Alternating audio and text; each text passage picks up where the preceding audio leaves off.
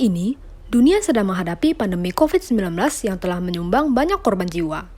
Indonesia merupakan salah satu negara yang sedang berjuang dalam mengatasi peningkatan jumlah kasus dan kematian akibat COVID-19. Dengan terjadinya pandemi ini, tenaga kesehatan menjadi garda terdepan dalam menanggulangi COVID-19 yang dimana mereka harus memakai berbagai alat pelindung diri untuk melindungi dari paparan virus COVID-19. Pemerintah pun mewajibkan masyarakat untuk memakai masker ketika berada di luar rumah sebagai salah satu langkah dalam menurunkan angka penularan COVID-19. Tahukah Anda, situasi pandemi ini mengakibatkan meningkatnya jumlah sampah di Indonesia. Hasil riset Lembaga Ilmu Pengetahuan Indonesia pada April sampai Mei 2020 menunjukkan bahwa volume sampah plastik mengalami peningkatan yang disebabkan oleh salah satu faktor, yaitu pembungkus plastik dari transaksi belanja daring. Peningkatan sampah plastik juga dibebani oleh limbah medis yang dihasilkan dari rumah tangga maupun fasilitas pelayanan kesehatan. Limbah medis menyisakan persoalan di tengah pandemi COVID-19 di Indonesia.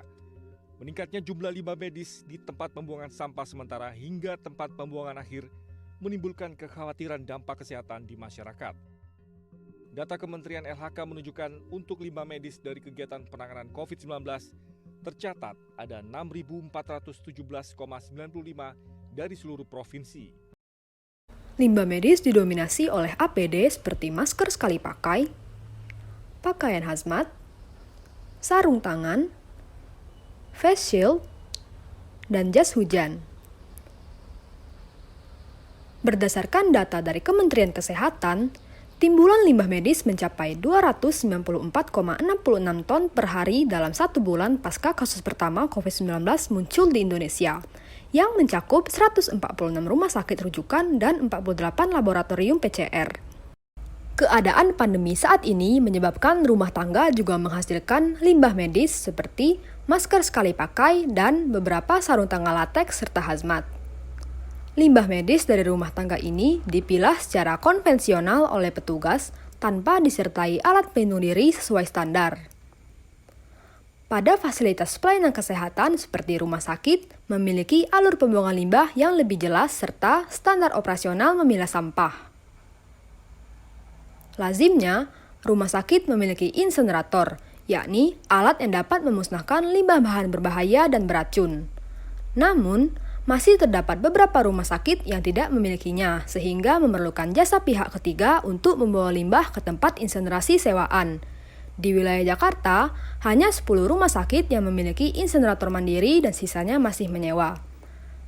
Data tersebut menunjukkan bahwa sarana dan prasarana pengelolaan sampah di tingkat rumah tangga maupun fasilitas kesehatan masih sangatlah kurang. Padahal jumlah sampah medis melonjak seiring meningkatnya kasus harian COVID-19.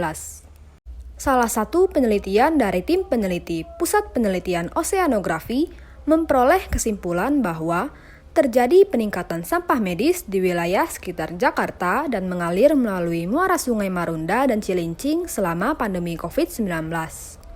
Salah satu peneliti, Reza Cordova, menjelaskan bahwa penelitian dilakukan dengan mengidentifikasi 7 tipe dari 19 kategori sampah yang ditemukan pada kedua sungai tersebut, yang menghasilkan bahwa sampah medis yang mengalir berakhir di Teluk Jakarta.